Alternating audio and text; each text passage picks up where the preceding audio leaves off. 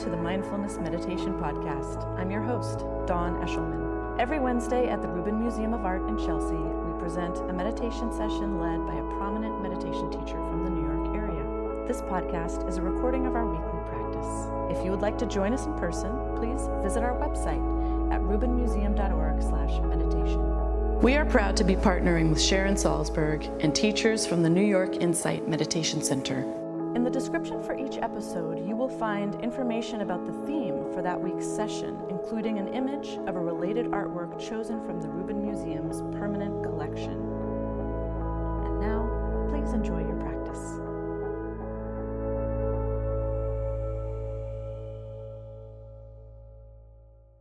My name is Jeremy. I am the coordinator of interpretation and engagement here at the Rubin Museum, and I just want to say welcome everybody. Let's all have a good sit today. So first thing, if I could please remind you to please turn off your cell phones so that we have no disruptions during our meditation. And this month we're dealing with the theme of hope. And now in Western culture, hope is often encouraged in people, right? You know, we're always hoping for something better, something more. But the thing about hope is that it often has a kind of flip side to it, right? You know, that with hope comes a sense of fear that maybe we won't get what we hope for. And with Buddhism in particular, we begin to analyze this kind of concept of hope and see that hope is actually, oftentimes our hopes are really rooted in desire, right? And if you study Buddhism, you know, desire is like the number one enemy, right? That's what we're trying to get rid of. That's goal number one. So we know we really want to kind of analyze what we're hoped for and see again where exactly is that hope coming from? Is it really hoping, you know, for a better world? Is it hoping to end suffering? Or is it hoping that, you know, you're going to get that new car that you want, or that new shirt or something like that, or you're going to get that new job that's going to fix everything? But oftentimes when we get what we hope for, we learn pretty quickly that, you know, it didn't actually solve all our problems, right? So that's what we're looking at this month here with mindfulness meditation. We're exploring this concept of hope. And again, with Buddhism, there's this idea that hopelessness could be the absence of desire, right?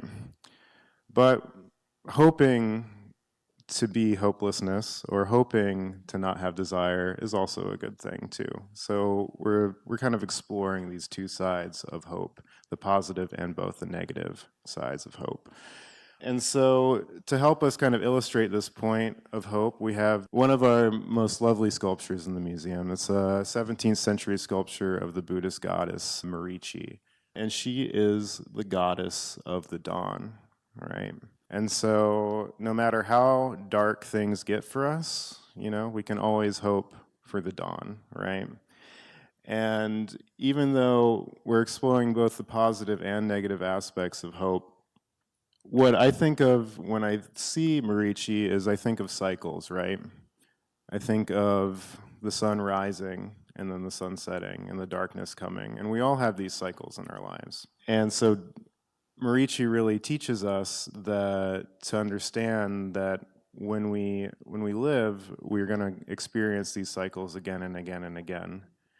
And I often think of, when I think of Buddhism and think about the concept of hope, and the concept, a big part of Buddhism is this teaching of impermanence, right?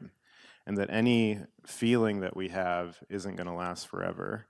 And so for me, I know personally, when I get into a dark place, I just kind of remind myself that, you know, it's not going to last forever. The dawn will come, right? No matter what, the dawn will come and the feeling will pass. And that's what we're learning when we meditate too, right? We're learning to recognize these feelings, acknowledge them, and understand that they too will pass. And what we find is really a sense of peace in our deep core. So it is with my great pleasure to introduce our meditation teacher today, Kimberly Brown, who I'm thrilled to introduce because she has personally been a great meditation teacher for me, and I've worked with her a lot. So again, really fantastic to introduce her. She specializes in helping people cultivate compassion and loving kindness, has led classes and workshops and retreats since 2011. She teaches at the Interdependence Project, Mindful Astoria, and Shantideva Meditation Center, leads the weekly Monday night meta group at Interdependence Project, and has been a Buddhist student for many years and works with individual couples and groups to learn to become more connected, kind, and resilient. So please welcome Kimberly Brown.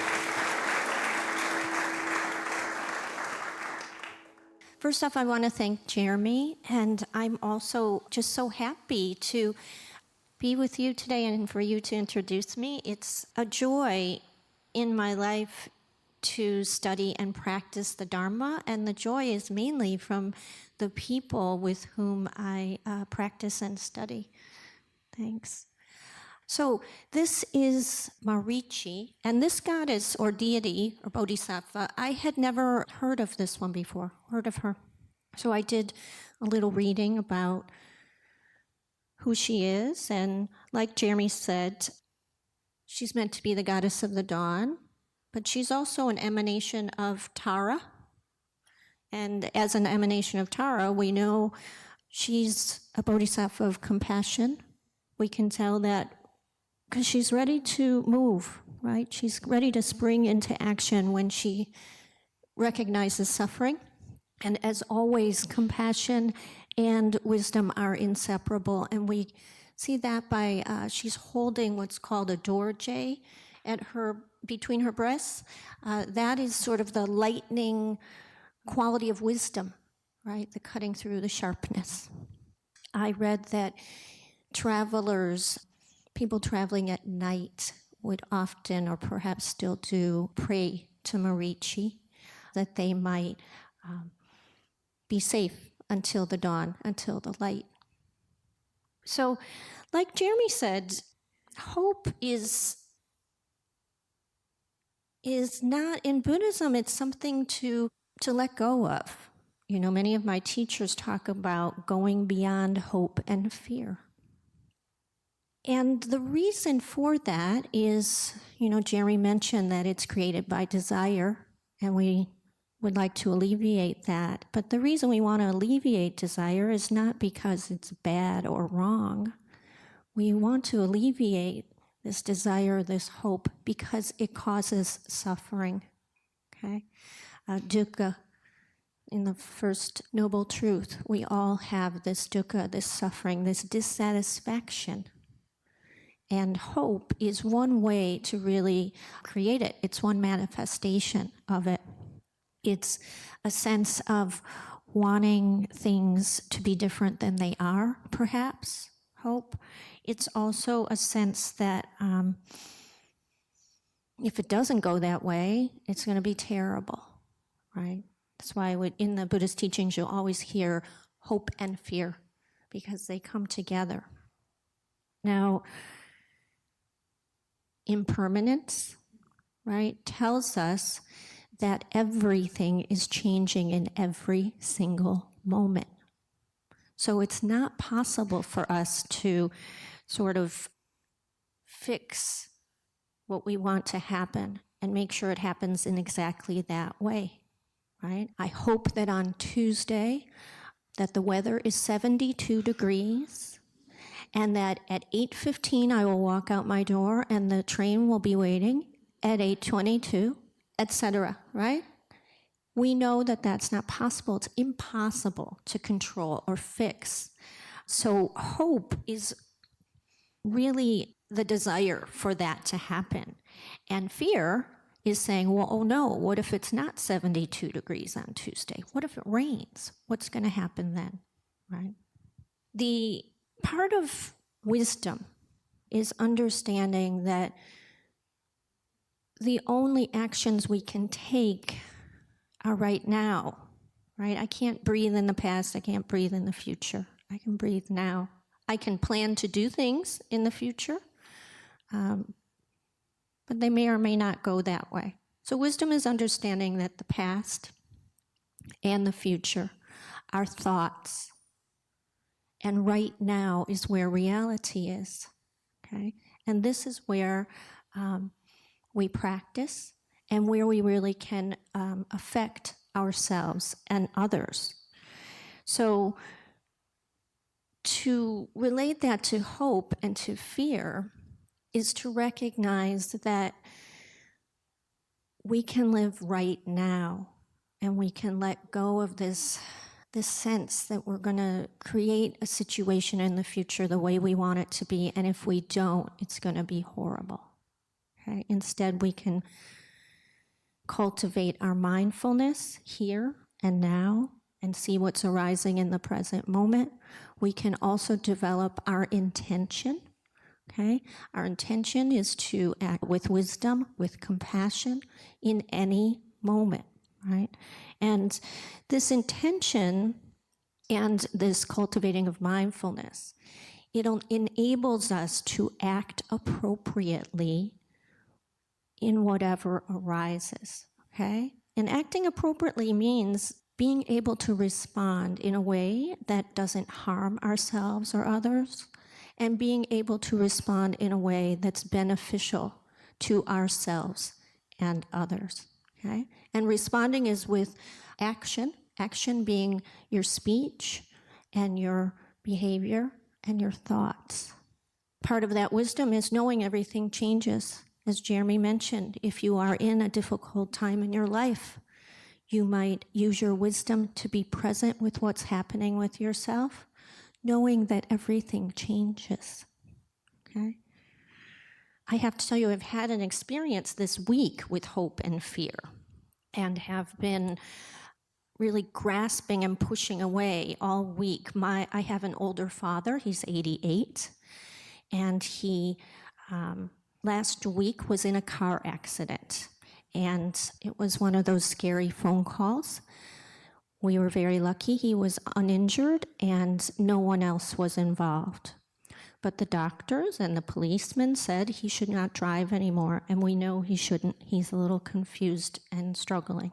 When he was told that, he became very angry and determined that he will drive as long as he pleases. So as of today, he is still driving, and the last week I wake up in the middle of the night and I think, oh my God, what if he gets in another accident and he hurts himself?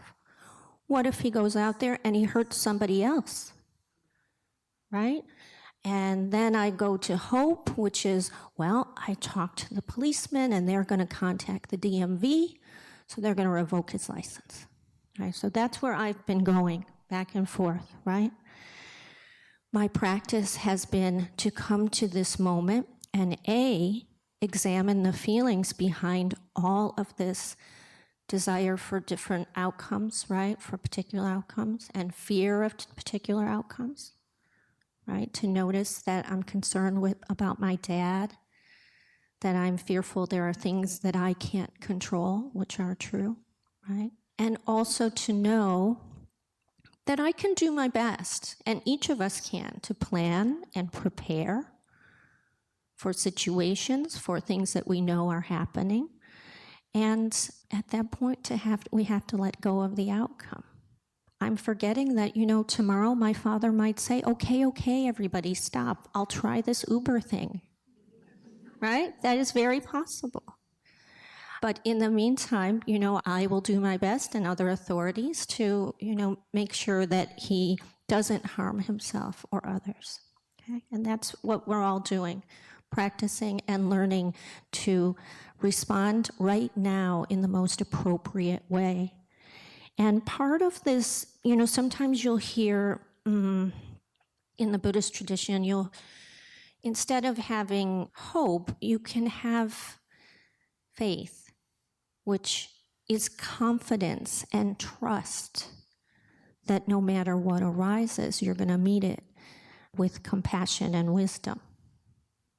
Okay? You can know that by having confidence in your practice, but you can also know it experientially. Everyone here is an adult, and throughout your life, you've probably had many, many difficult situations. and you have met those situations with wisdom and with compassion, and you've learned from them. So you can trust that you will do that again, and then you needn't be frozen with fear or too caught up in hope. So one way to cultivate the intention of being compassionate and being wise, is through loving kindness meditation, which is what we'll practice today. What it helps us do, if we practice it, then when we're in situations that are hard, we'll be more likely to be inclined to have a compassionate heart in that moment. In small ways, like, oh my God, that jerk is blocking the door on the subway again, right? And having a sense of, okay, well, may he be safe. He's struggling just like me, okay? And in smaller ways, when I feel so mad at my father who's not listening, to be able to have some compassion for his struggle and wisdom for the best way to handle it, okay? This goes for even big things like climate change, right? That's a very scary thing. We know it's going to happen. We don't know exactly how it's going to manifest. So how can we plan for it without clinging and without terror, right? Plan for it wisely and compassionately. So we'll practice loving kindness meditation today for 3 beings. The first will be someone dear to us. Okay, pick someone with whom you have a pretty easy relationship. Okay, someone, in my situation, like it wouldn't be a sibling, because I love them very much, and, there's a lot there. So you might want to pick someone really easy, someone there's no ambivalence, right? Like a teacher, an aunt, an old close friend who really encourages you. I have to admit, oftentimes I do my little cat, Rigel. Rigel is so clear about how much he loves me, so it's very easy. So first a loved one, then we'll do ourselves. And then we'll offer loving kindness practice to everyone here. So before we begin our meditation, if you're able, take a look around at the people next to you and behind you. We have so many different faces here. And take us all into your practice today. So you can go ahead and close your eyes. If you're feeling tired today, you are welcome to keep your eyes open, gazing gently at the chair in front of you, just so you don't fall asleep. So you can go ahead and just notice your body, noticing your feet, feeling your seat and your belly, noticing your shoulder blades and the back of your head, feeling your forehead and your cheeks and your jaw.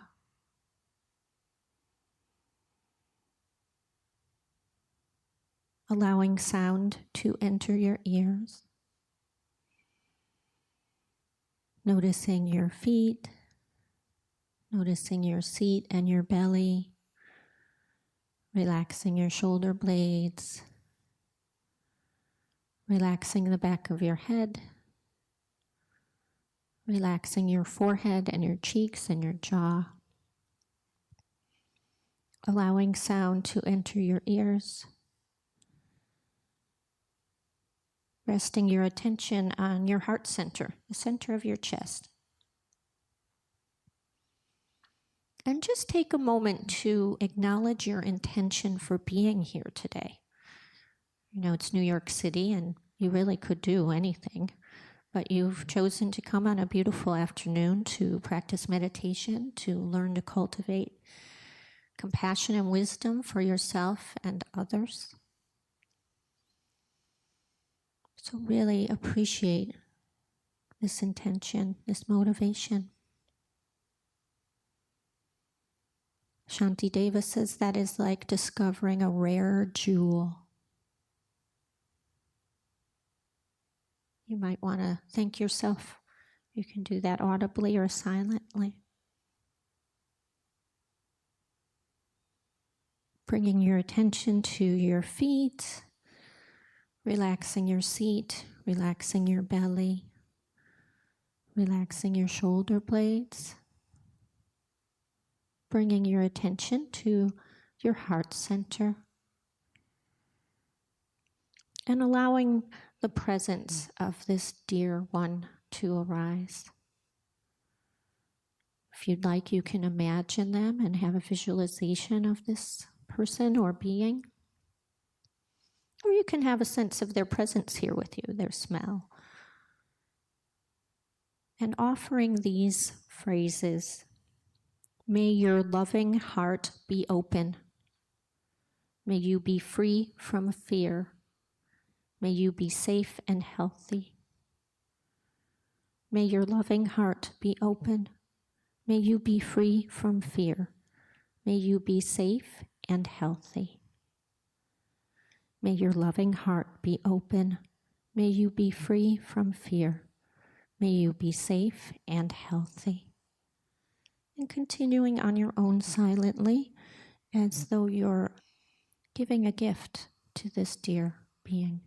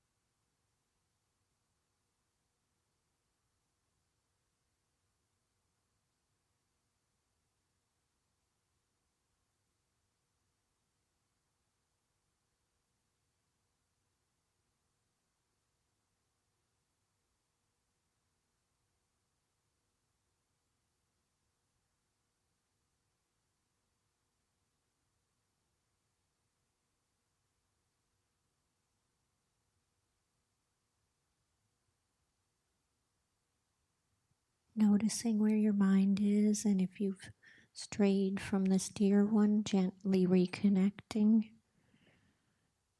May your loving heart be open. May you be free from fear. May you be safe and healthy. Continuing.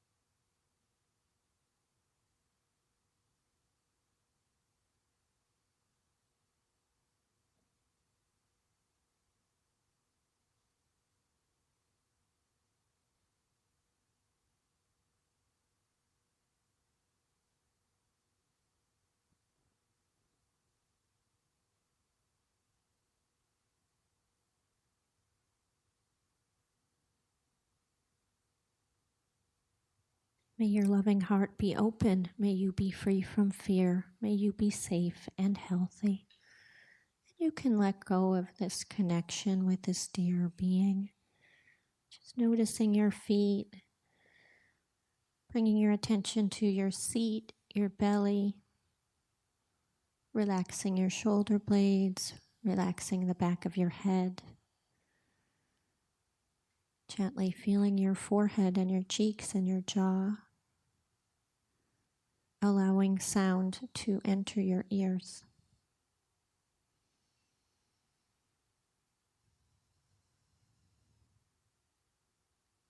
And you can allow now in your mind, in your heart, a connection with yourself. You could imagine yourself as though you're looking in the mirror, or imagine yourself as a child, or you can just, have a sense of your presence. And offering these phrases. May my loving heart be open. May I be free from fear. May I be safe. May I be healthy. May my loving heart be open. May I be free from fear. May I be safe and healthy. May my loving heart be open. May I be free from fear. May I be safe and healthy.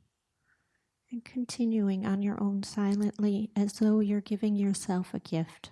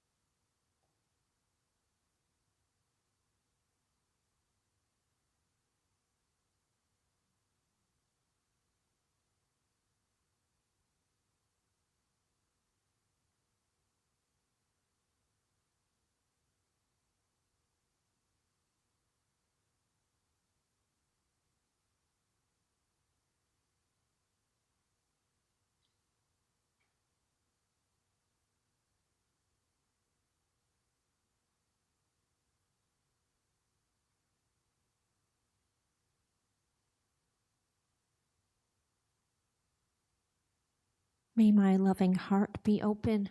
May I be free from fear. May I be safe and healthy.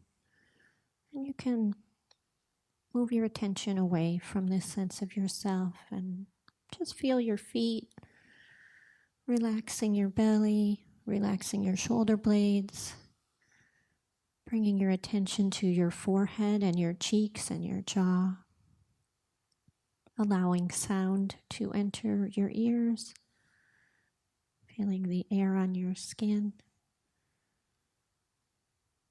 and taking a moment to connect with everyone here today. You might visualize them.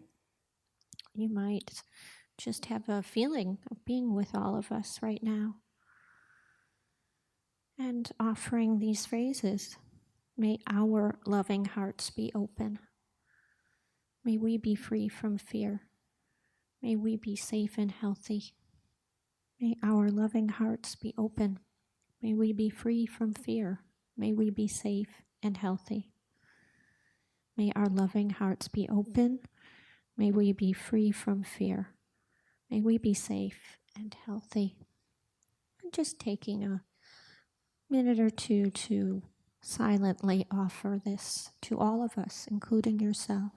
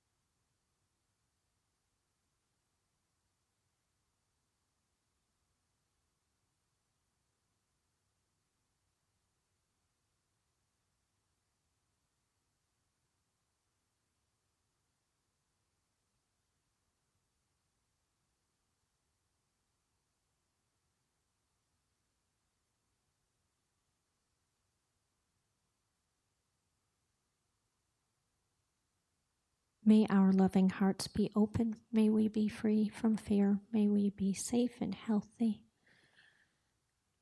And letting go of that connection and just bringing your attention to your feet, your seat, your belly.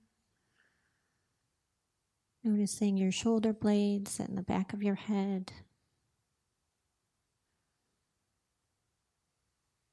Allowing sound to enter your ears.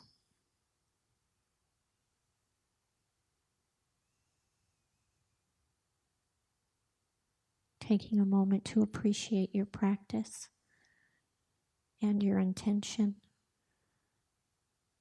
You might once again say thank you to yourself and thank you to everyone here.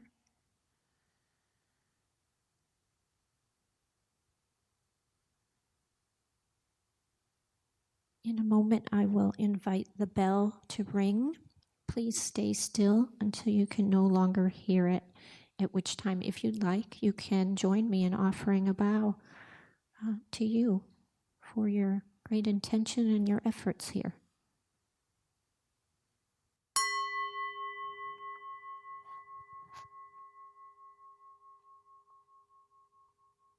Thank you.